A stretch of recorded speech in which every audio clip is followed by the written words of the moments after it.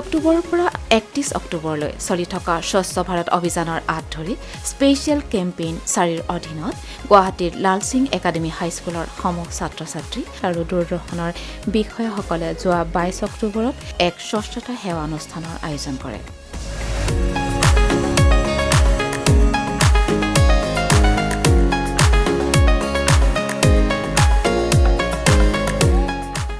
লগতে ভাৰতৰ প্ৰধানমন্ত্ৰী নৰেন্দ্ৰ মোদী ডাঙৰীয়াই ঘোষণা কৰা এক পেৰ মা কে নামৰ অধীনত অনুষ্ঠিত কৰা বৃক্ষৰোপণ কাৰ্যসূচীত দূৰদৰ্শনৰ অভিযান্ত্ৰিক শাখাৰ সহকাৰী সঞ্চালক দীপক কুমাৰ শৰ্মা, অনুষ্ঠান কাৰ্যবাহী সন্ধ্যা সিং আৰু লাল সিং একাডেমী হাইস্কুলৰ প্ৰধান শিক্ষয়িত্ৰী মৰমী বৰাই বৃক্ষৰোপণ কৰে।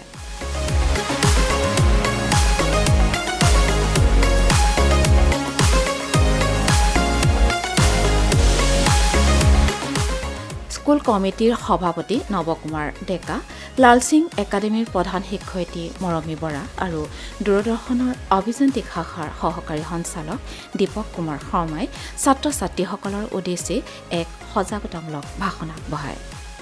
কেন্দ্ৰীয় চৰকাৰৰ বিশেষ স্বচ্ছতা হি সেৱাৰ কাৰ্যসূচী আণ্ডাৰত এইবাৰ যোৱা ছেপ্টেম্বৰ মাহতে আৰম্ভ হৈছিল। আমাৰ বিশেষকৈ মহাত্মা গান্ধীৰ জন্মদিন 2 অক্টোবৰ তাৰিখৰ এই কেম্পেইনটো আৰম্ভ কৰিছিল আৰু সেই কাৰ্যসূচীটো চলি আছে 31 তাৰিখলৈ। এই কাৰ্যসূচীৰ ভিতৰত আমি বিভিন্ন অনুষ্ঠান, আমাৰ নিজৰ অফিচৰ বাহিৰৰ চৌহদ বা কিছুমান ৰাজহুৱা অনুষ্ঠান, সেইবিলাকত আমি গছপুলি বৃক্ষৰোপণ কাৰ্যসূচীৰ লগতে চাফাই অভিযান কৰি আমি সকলোকে এটা সচেতনতা আনিব চৰকাৰৰ প্ৰচেষ্টাত আমিও আগবাঢ়িছোঁ। ছাত্ৰ বন্ধু বান্ধৱীসকল, তোমালোকে প্ৰতিজ্ঞা কৰিবা যাতে নিজৰ ঘৰৰ চৌহদটো, নিজৰ ঘৰখন, নিজৰ ঘৰৰ চৌহদটো, নিজৰ শিক্ষানুষ্ঠান, ভৱিষ্যতে নিজৰ কৰ্মস্থলী, এই সকলোবিলাক কাকো ক'ব নালাগে, নিজৰ অন্তৰাত্মাৰ পৰাই ভাবি ল'বা আমি চাফাকৈ থাকিব লাগে, চাফাকৈ ৰাখিব লাগে। সপ্তাহত 1 ঘণ্টা হ'লেও নিজে সময় দি চাফাই কাৰ্যসূচী কৰিব লাগে। লাহে লাহে পলিউশ্যন বাঢ়ি গৈছে। বৃক্ষৰোপণে বহুখিনি আমাক কি কৰে, গছবিলাকে অক্সিজেন দিয়ে। গতিকে তোমালোকে এইবাৰ বিশেষকৈ মাৰ নামত এডাল গছ ৰুব দিছে চৰকাৰে, মাৰ নামত। তোমালোকেও এডালকৈ হ'লেও গছ এইবাৰ নহ'লেও প্ৰত্যেক ৰুই থাকিবা, প্ৰত্যেক বছৰে দেউতাৰ নামত, মাৰ নামত। এইবাৰ বিশেষকৈ চৰকাৰে মাৰ নামত ৰুব দিছে।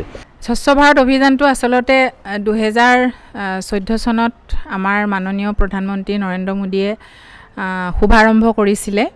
গতিকে তেতিয়াৰ পৰা এই অভিযানটো বছৰে বছৰে চলি আহিছে যে আমি চাফ চিকুণ হৈ থাকিব লাগে, আমাৰ চৌহদ চফা কৰি ৰাখিব লাগে। তাৰ প্ৰয়োজনীয়তা আমাৰ জীৱনত বহুত বেছি। স্বচ্ছতা সম্পৰ্কে আমাৰ চবৰে ধাৰণা থাকিলেও স্বচ্ছতাক মনৰ মাজত সোমাই দিব পৰা কিছুমান অনুষ্ঠান লাগে। ল'ৰা ছোৱালীৰ একদম মনৰ মাজত সোমাই দিব পৰা কিছুমান অনুষ্ঠান লাগে। আৰু এই অনুষ্ঠানটোৱে কিন্তু আৰু আমাৰ বিদ্যালয়ৰ ল'ৰা ছোৱালীসকলৰ মনত এটা স্বচ্ছতাৰ প্ৰতি এটা ভাৱৰ আমাৰ সৃষ্টি কৰিব। স্বচ্ছতা কিয় লাগে, কি কাৰণে স্বচ্ছতা লাগে, আৰু বিশেষকৈ গছে যে স্বচ্ছতাটো বঢ়ায়, সেই গছে এটা বায়ুমণ্ডলটো এটা সুস্থিৰ কৰে। বায়ুমণ্ডলটোৰ দূষিত হেৰিটো কমাই পেলাই ভাল বায়ু এটা চলায় গছৰ পৰাই হয়। গছে আমাক অক্সিজেন যোগান ধৰে।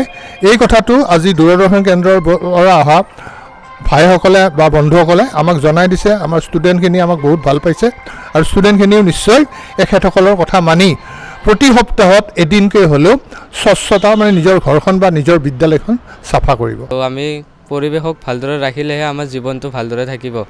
কাৰণ আমি য'তে ত'তে জাবৰ জোঁথৰ, গছ গছনি কটা, এইবোৰ সকলো কাম আমি বন্ধ কৰিব লাগে। কাৰণ এইবোৰে আমাৰ মানৱ জীৱনত বহুতো ক্ষতি কৰি আহিছে।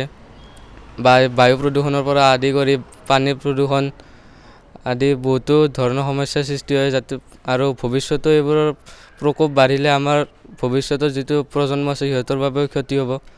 আজিৰ এই কাৰ্যসূচী গছপুলি ৰোৱাৰ বাবে আৰু এই দিনটোৰ প্ৰধান কাৰ্যসূচী গছপুলি ৰোৱাৰ বাবে মই দূৰদৰ্শনক ধন্যবাদ জনাইছোঁ।